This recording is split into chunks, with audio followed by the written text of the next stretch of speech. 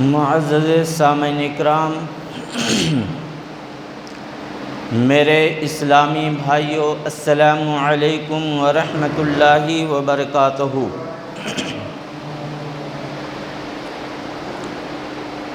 الحمد للہ نحمده ونستعینه ونستغفره ونؤمن به ونتوکل علیہ ونعوذ باللہ من شرور انفسنا ومن سیئات اعمالنا، من يهد الله فلا مضل له ومن يضلل فلا هادي له، ونشهد ان لا اله الا الله وحده لا شريك له، ونشهد ان سيدنا محمدا عبده ورسوله، اما بعد فاعوذ بالله من الشيطان الرجيم، بسم الله الرحمن الرحيم۔ يا أيها الذين آمنوا اتقوا الله قولوا قولا سديدا يصلح لكم أعمالكم ويغفر لكم ذنوبكم، صدق الله مولانا العظيم وبلغنا رسوله النبي الأمين الكريم، ونحن على ذلك من الشاهدين والشاكرين والحمد لله رب العالمين۔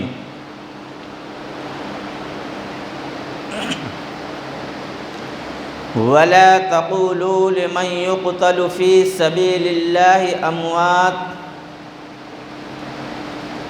ہم اور آپ اللہ کے فضل اور کرم سے محرم الحرام کے مہینے میں چل رہے ہیں،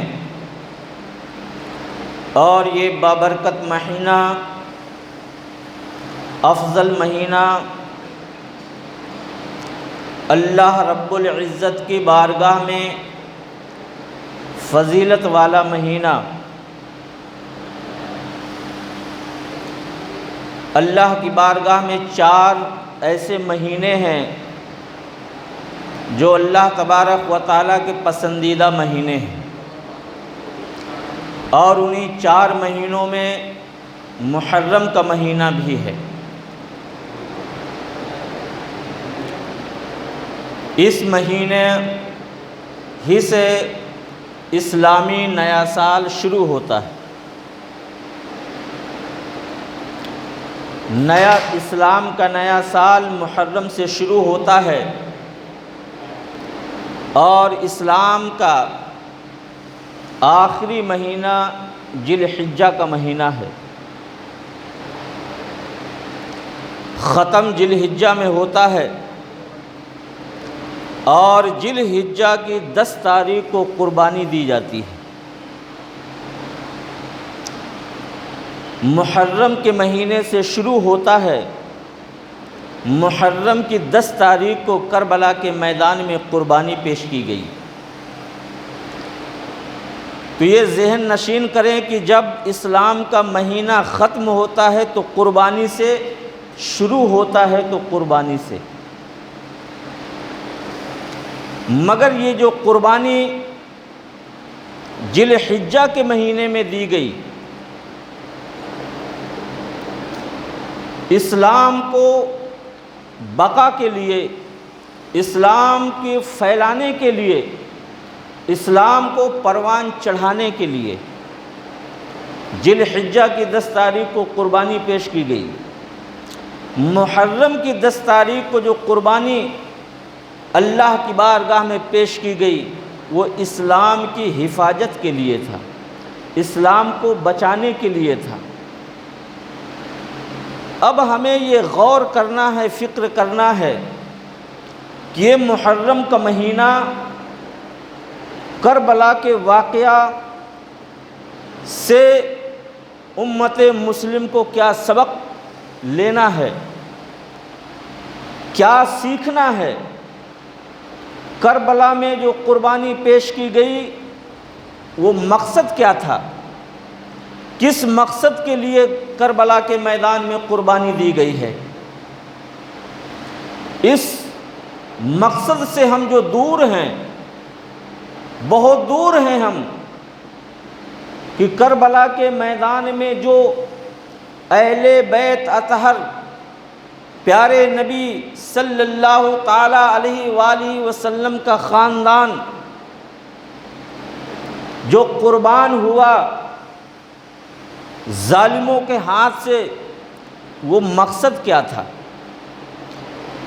یہ ہم بارہا سنتے ہیں، کربلا کے میدان میں شہید کیے گئے، بڑی بے دردی کے ساتھ شہید کیا گیا، فلاں کے بعد فلاں شہید ہوئے، فلاں کے بعد فلاں شہید ہوئے، پھر اس کے بعد ان کا پورے خاندان والوں کو شہید کر دیا گیا، ان کے دوستوں کو شہید کر دیا گیا، پھر ان کے عورتوں کے ساتھ ظلم کیا گیا، دوپٹے چھینے گئے، چادریں چھینی گئی، آگ لگا دیا گیا۔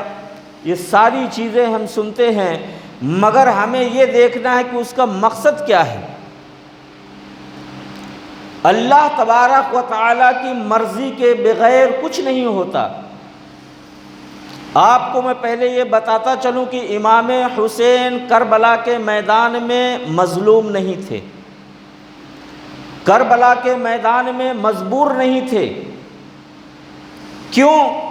کیوں ان کو بچپن سے ہی یہ سکھایا گیا تھا، کربلا کے لیے ان کو تیار کیا گیا تھا، کربلا کے لیے ہی انہیں پروان چڑھایا گیا تھا۔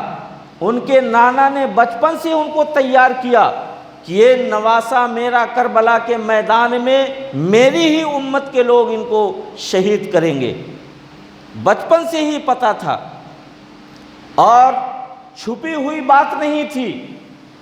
پیارے آقا صلی اللہ تعالی علیہ وسلم کو معلوم تھا، حضرت فاطمۃ الزہرا کو معلوم تھا، حضرت علی کو معلوم تھا، اور بھی صحابہ اکرام کو معلوم تھا، بلکہ مدینے کی گلی گلی والوں کو معلوم تھا کہ یہ نواسہ رسول کو کربلا کے میدان میں شہید کیا جائے گا۔ مگر اللہ کے پیارے حبیب صلی اللہ تعالی علیہ وسلم نے کبھی بھی اپنے رب کی بارگاہ میں ہاتھ اٹھا کے دعا نہیں کی کہ اے میرے رب، میرے حسین کو کربلا کے میدان سے بچا لے، میرے حسین کو ظالموں سے بچا لے، میرے حسین کو یہ کربلا کے میدان میں جو خون بہے گا، شہادت دی جائے گی، اس سے بچا لے۔ اللہ کے پیارے حبیب نے دعا نہیں کی۔ حضرت فاطمہ امام حسین کی امی نے کبھی دعا نہیں کی اے پروردگار عالم، میرے بیٹے حسین کو ایسے امتحان کٹھن گھڑی سے بچا لے۔ حضرت مولا علی نے بھی کبھی دعا نہیں کی کہ بچا لے، بلکہ اللہ کے پیارے رسول صلی اللہ تعالی علیہ وآلہ وسلم ہمیشہ یہ دعا کرتے رہے، پروردگار عالم میرے حسین کے امتحان میں کامیابی دینا، کربلا کے میدان میں ان کو صبر جمیل دینا، صبر دینا، اور صبر کے بعد اس کا اجر عطا فرمانا۔ بچانے کے لیے کبھی دعا نہیں کی، بلکہ صبر کی دعا کرتے رہے، میرا حسین امتحان میں کھرا اترے اور صبر کے ساتھ پھر اس کا اللہ اجر عطا فرمائے۔ حضرت فاطمہ بھی یہی دعا کرتی رہی، میرے بیٹے حسین کو صبر دینا اور صبر کے بعد اس کا اجر عطا فرما۔ بچنے کے لیے دعا نہیں کی، تو یہ پتہ چلتا ہے، معلوم ہوتا ہے کہ یہ پہلے ہی سے معلوم تھا کربلا کے میدان میں امام حسین کو شہید کیا جائے گا، مگر یہ اللہ ہی کی مرضی تھی۔ اللہ تبارک و تعالیٰ نے اپنے پیارے حبیب صلی اللہ علیہ وسلم کو پہلے باخبر کر دیا تھا کہ یہ حسین کو کربلا کے میدان میں شہید کیا جائے گا۔ تو اللہ کے پیارے نبی صلی اللہ تعالی وسلم اس بچے کو بچپن ہی سے پروان چڑھانے لگے اور اسے تیار کرنے لگے کہ کربلا کے میدان میں اس کو شہید کیا جائے گا، تو کیسا صبر رہنا چاہیے، کیسے استقلال رہنا چاہیے، کتنے مضبوطی کے ساتھ امتحان میں کامیاب ہونا ہے۔ مگر آج ہم نے اس کا غلط طریقہ نکالا ہے کہ امام حسین کربلا کے میدان میں مظلومیت کے ساتھ شہید کیے گئے۔ نہیں، وہ گھرانہ ہے، وہ گھرانے کی اولاد ہے کہ اگر اللہ کی بارگاہ میں ہاتھ اٹھا کر کے دعا کر دے تو وہ نہر فرات خود ہی چل کر کے کربلا میں آ جاتی۔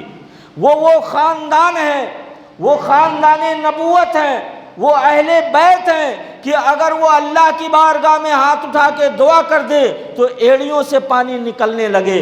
مگر اللہ کی یہ مرضی تھی، اللہ تبارک و تعالیٰ نے حسین کو اسی لیے پیدا کیا تھا، اور اللہ کے پیارے حبیب صلی اللہ تعالی وسلم نے امام حسین کو اسی لیے تیار کیا تھا کہ کربلا کے میدان میں بھی امتحان بہت بڑا دینا ہے، اور ایسا امتحان دینا ہے، ایسی قربانی پیش کرنی ہے کہ آدم علیہ السلام سے لے کر قیامت تک کوئی ایسی قربانی پیش نہیں کر سکتا، اور نہ آج تک کسی نے کیا ہے۔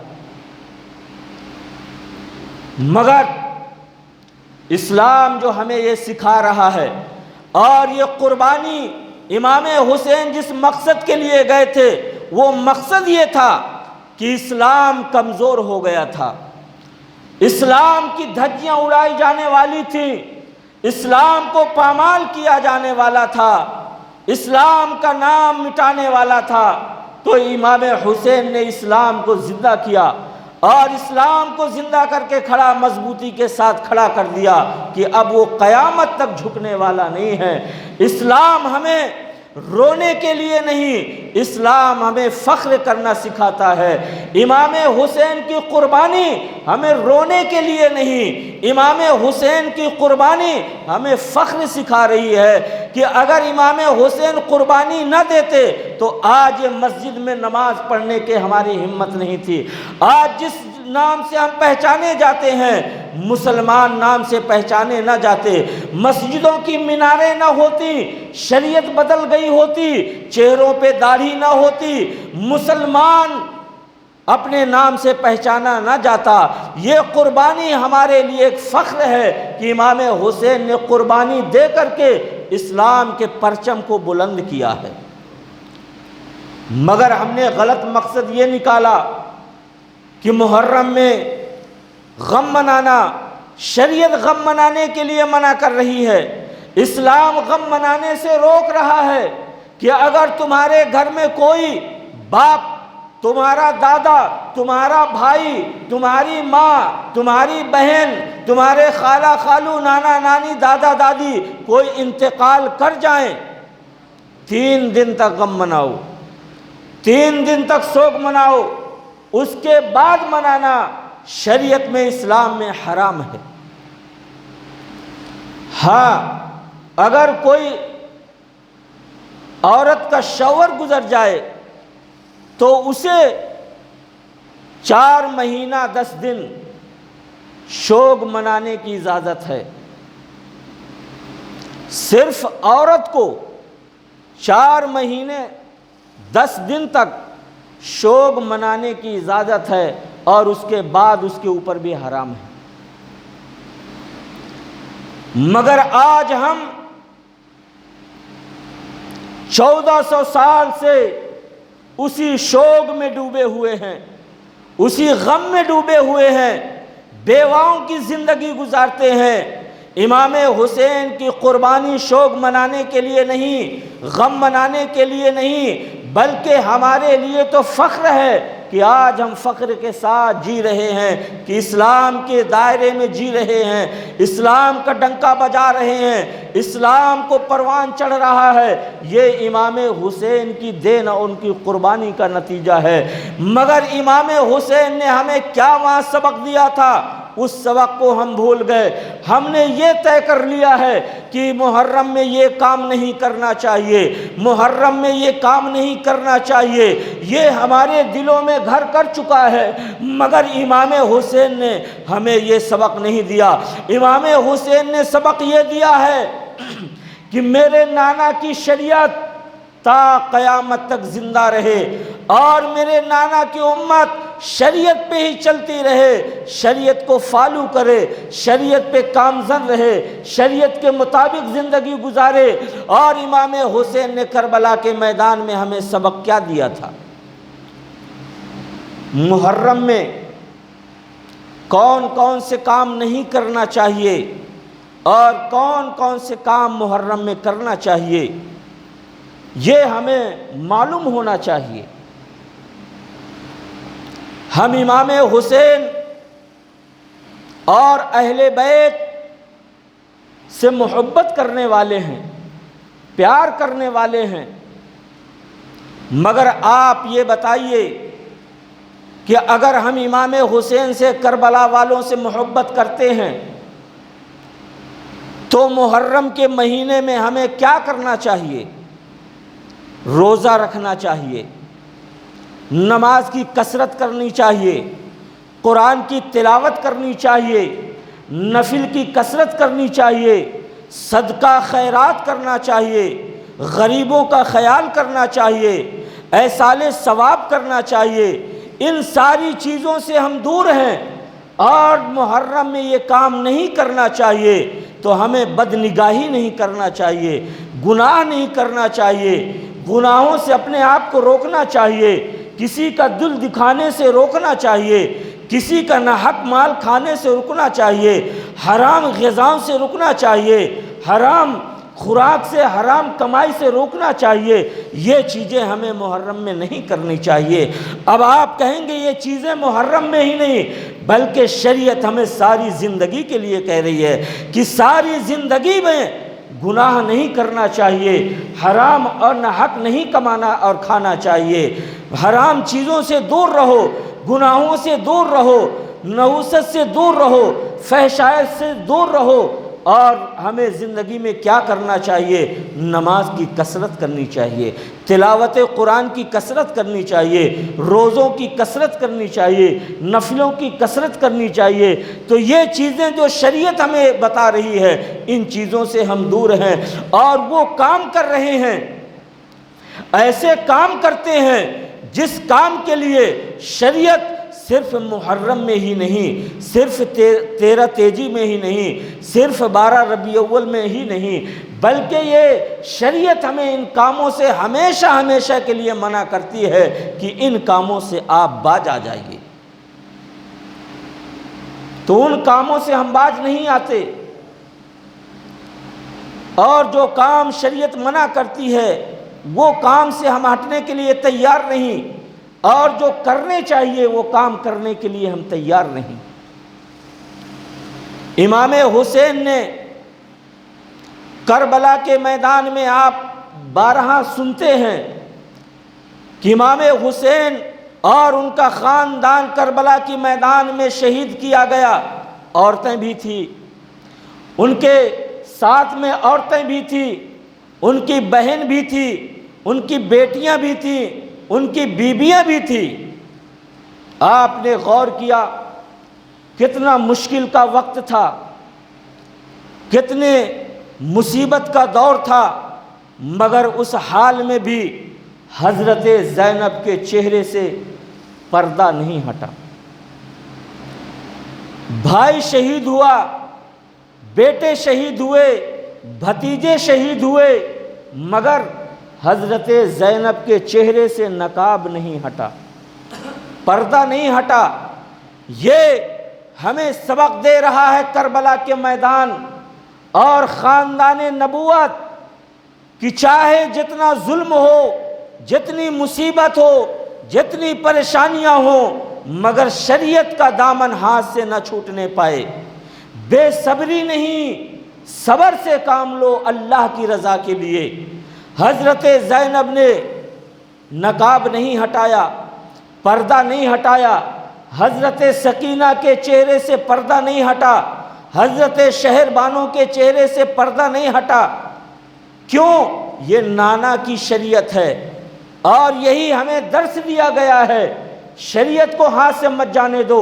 مگر آج ہم کتنے شریعت پہ چل رہے ہیں، شریعت کو کتنا اپنا رہے ہیں۔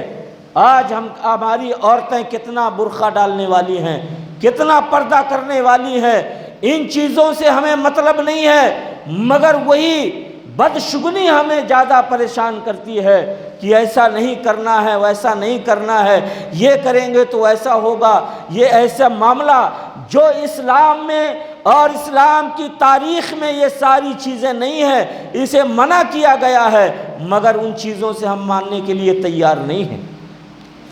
امام حسین نے بتایا کہ میرے بیٹے قربان کیے گئے، بھتیجے قربان کیے گئے، بھائی چچا قربان کیے گئے اللہ کی رضا کے لیے، مگر نماز نہیں چھوڑا۔ چاہے جتنی مصیبت ہو جائے، جتنی پریشانی آ جائے، مگر کسی حال میں بھی نماز نہ چھوٹنے پائے۔ یہ اللہ کا فرض ہے، میرے نانا کیے سنت اور میرے نانا کا طریقہ ہے، یہی تو شریعت ہے۔ اسی کو تو بچانے کے لیے گئے تھے کہ نماز نہ چھوٹنے پائے، نماز نہ جانے پائے، نماز کسی حال میں بھی، کسی مصیبت میں بھی ہو، مگر نماز کو ادا کرنا ہے، نماز نہ چھوٹنے پائے۔ امام حسین نے اتنا کٹھن امتحان دیا ہے، اور آج ہم اور آپ دھڑلے کے ساتھ نمازیں چھوڑ رہے ہیں۔ ہمیں اسلام سے کوئی مطلب نہیں، شریعت سے کوئی مطلب نہیں ہے۔ اے بھولے مسلمانوں، ابھی بھی وقت ہے، پلٹ کے آ جاؤ اللہ کی طرف۔ اللہ تبارک و تعالی فرماتا ہے، یا ایھا الذین آمنوا اتقوا اللہ، اے ایمان والو، اللہ کی بارگاہ میں اگر کوئی پسندیدہ آدمی ہے، اللہ کا کوئی پسندیدہ بندہ ہے، تو وہ کروڑ پتی نہیں، جائیداد والا نہیں، بلڈنگوں والا نہیں، شہرت والا نہیں، بلکہ اللہ کی بارگاہ میں وہ بندہ پسندیدہ ہے جو متقی اور پرہیزگار ہے۔ جو اللہ کے نزدیک متقی اور پرہیزگار ہے، وہی بندہ اللہ کے نزدیک فضیلت والا ہے، اللہ کا پسندیدہ بندہ ہے۔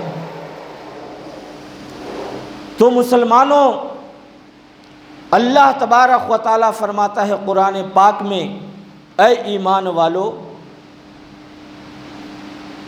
صبر اور نماز سے مدد چاہو۔ اے ایمان والو، اللہ سے ڈرو، صبر سے اور نماز سے اللہ کی مدد چاہو۔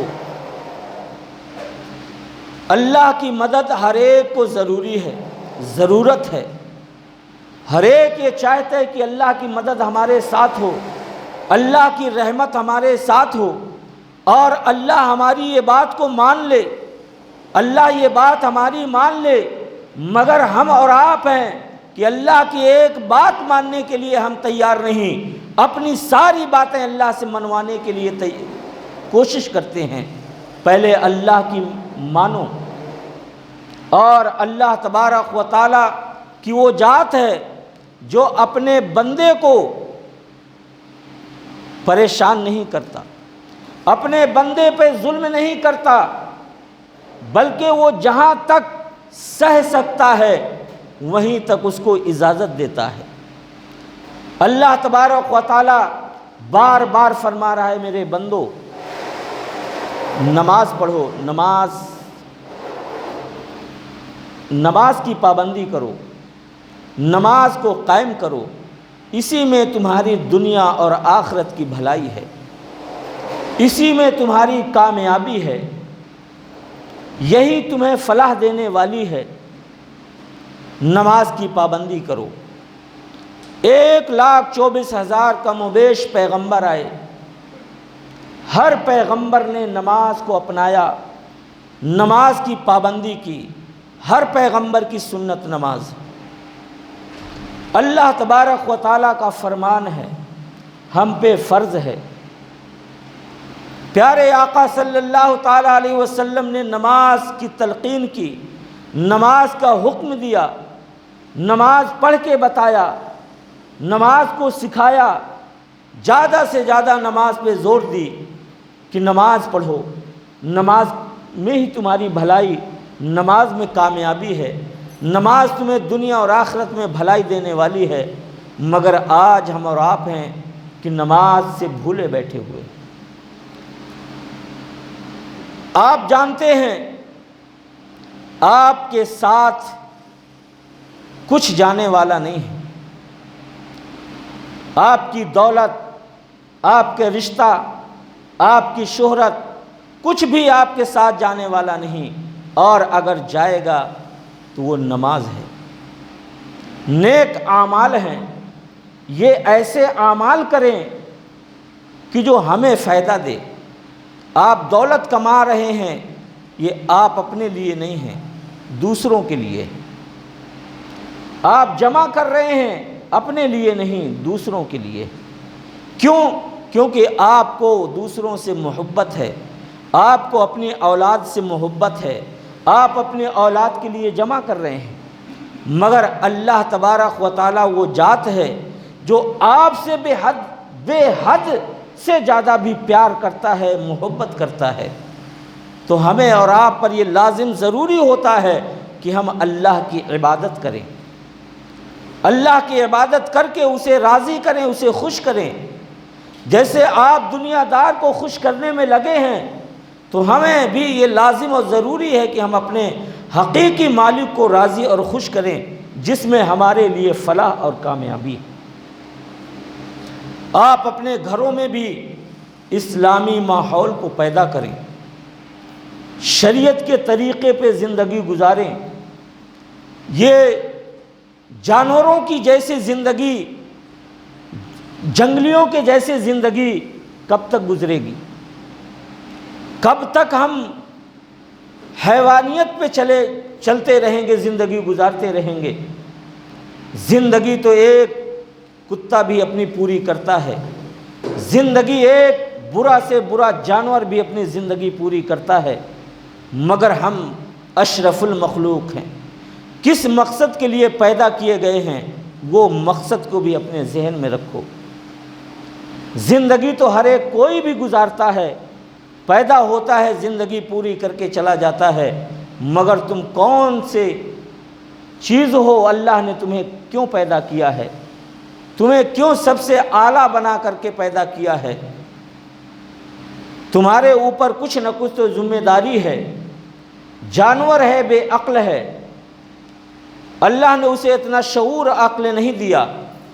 جانور کو بھی اللہ نے پیدا کیا ہے تو تمہارے لیے پیدا کیا ہے، تمہاری ضرورت کے لیے پیدا کیا ہے، مگر انسان کو پیدا کیا ہے تو اپنی عبادت کے لیے۔ اور آج انسان ہی ہے جو اللہ سے بغاوت کرتا ہے، اللہ سے نافرمانی کرتا ہے، اللہ کی عبادت سے دور بھاگتا ہے۔ کہاں تک بھاگو گے؟ ایک نہ ایک دن پلٹ کر اللہ کی بارگاہ میں جانا ہے۔ پھر وہاں کیا منہ لے کر کے جاؤ گے؟ کیا دکھاؤ گے اپنے رب کی بارگاہ میں؟ کیا جواب دو گے رب کی بارگاہ میں؟ ذرا یہ باتوں کو آپ ٹھنڈے دماغ سے سوچو۔ اور یہ ساری جو آپ کے دلوں میں، دماغ میں یہ جو بھری ہوئی ہیں بد غمانیاں، بد سگنیاں، یہ ساری چیزوں کو نکال دو۔ کیا کرنا ہے، کیا نہیں کرنا ہے، یہ کسی علماء سے پوچھئے، پڑھے لکھے آدمی سے پوچھئے، تاکہ تمہاری زندگی سنور جائے، بن جائے۔ نہیں تو کب تک اسی میں پھنسے رہو گے، کب تک چلتے رہو گے؟ یہ ساری چیزیں بدسگنیاں ہیں۔ بلی آگے سے نکل گئی تو راستہ کاٹ گئی بلی، آگے نہیں جانا۔ کتا رو رہا ہے، یہ بدسگنی۔ گدھا بول رہا ہے، بدسگنی۔ اور طرح طرح کی چیزیں، یہ ساری چیزیں اسلام میں نہیں ہیں۔ کیوں؟ مسلمان کو پکا یقین اور پکا ایمان، پکا بھروسہ اللہ کی ذات پہ رکھنا۔ ہر چیز کو کرنے والا وہی ہے، موت دینے والا وہی ہے، اچھا اور برا کرنے والا وہی ہے، تمہیں کاروبار میں فائدہ دینے والا وہی ہے، نقصان دینے والا وہی ہے، مگر اس کا ہر ایک کام حکمت سے خالی نہیں ہے۔ تمہارے لیے جو چیز بھلائی ہوگی، تمہارے لیے اچھی ہوگی، وہی وہ کام اللہ تبارک و تعالیٰ کرتا ہے، مگر ہمارے سمجھ میں نہیں آتا۔ یہ ساری چیزوں کو آپ نکال دیجئے۔ اور ہم جانتے ہیں کہ اللہ کی مرضی کے بغیر درخت میں لگا ہوا پتا بھی کھڑک نہیں سکتا۔ تو جب یہ کام نہیں ہو سکتا تو یہ کام کیسے ہوگا؟ آپ کو موت کیسے آ سکتی ہے؟ اور جو آپ کا موت کا وقت ہوگا، موت سے آپ کو کون روک سکتا ہے؟ موت سے کون بچا سکتا ہے؟ کوئی نہیں بچا سکتا۔ آپ کے کاروبار میں نقصان ہونا ہے تو اس نقصان سے آپ کو کون بچا سکتا ہے؟ اور اگر آپ کے کاروبار میں فائدہ ہونا ہے تو اس سے کوئی روک نہیں سکتا، آپ کو فائدہ ہو کر کے ہی رہے گا۔ آپ کو بیمار ہونا ہے، کوئی دوا آپ کو کام نہیں کرے گی اور اس بیماری سے کوئی روک نہیں سکتا، آپ کو بیمار ہونا ہی ہونا ہے۔